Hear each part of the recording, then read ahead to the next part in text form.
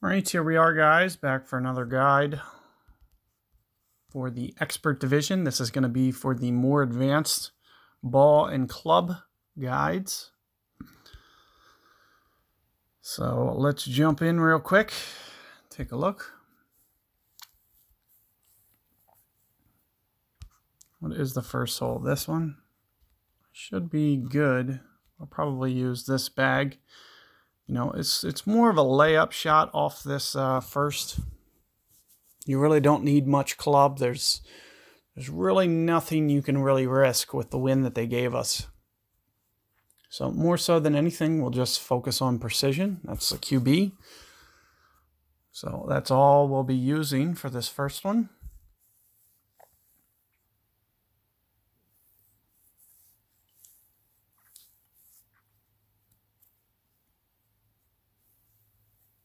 Similarly, you can see my opponent using a rock. Nice to see. Guys actually figuring some things out on their own and actually using accurate clubs as opposed to powerful clubs. It's definitely the way that you want to do it. The only thing that, so he's actually aiming on the right half of that fairway, which is something that I don't recommend doing. What I do is I aim on the left because it's a consistent hop. You can see it it's kind of a tilted fairway. And when you land on that rough hit, you can see the shadow. You can see the shadow over there on the right. It makes it kind of bounce to the right. So I like to make sure that it lands on the flat. So you'll see that I play the left half of this fairway like this. Typically, I might curl it. This is not one of those cases where I'll curl it. So that's 5 rings. This is about 7 rings down here.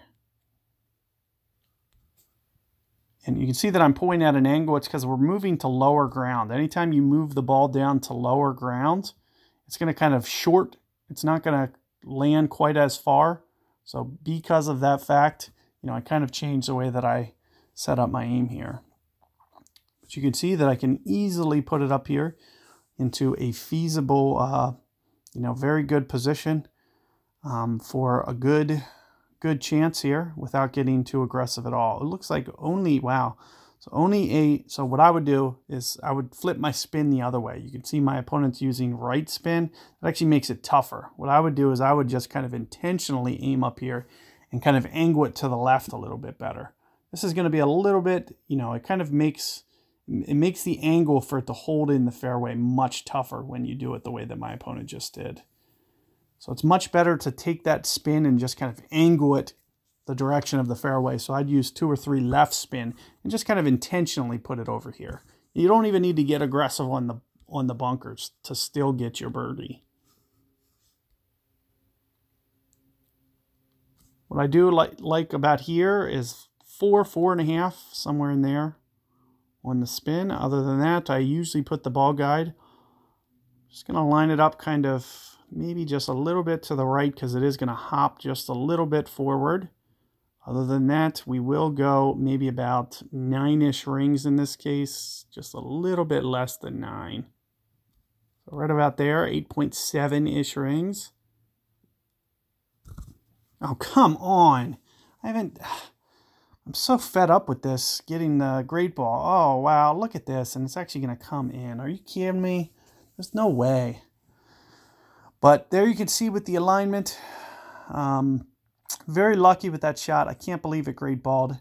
And on top of that, I can't believe that it actually had the ability to actually hold its line. I have no idea how that happened. More so than anything, probably because we're landing on, you know, unflat surfaces and just got a little bit lucky more so than anything. I hit kind of the hill just a little bit different than I would have been typically setting up on and just caught a lucky break. So that's all it is to it there. But hopefully you guys can get honed in on that. Do pay attention to maybe my other shot as well. As you can see, you know, very consistent approaches. My other guide has the same similar type shot. I also caught the same great ball to the left, and it did more of what it was supposed to in my other guide. So good luck there with that hole, guys. I'll catch you guys on 2 coming up.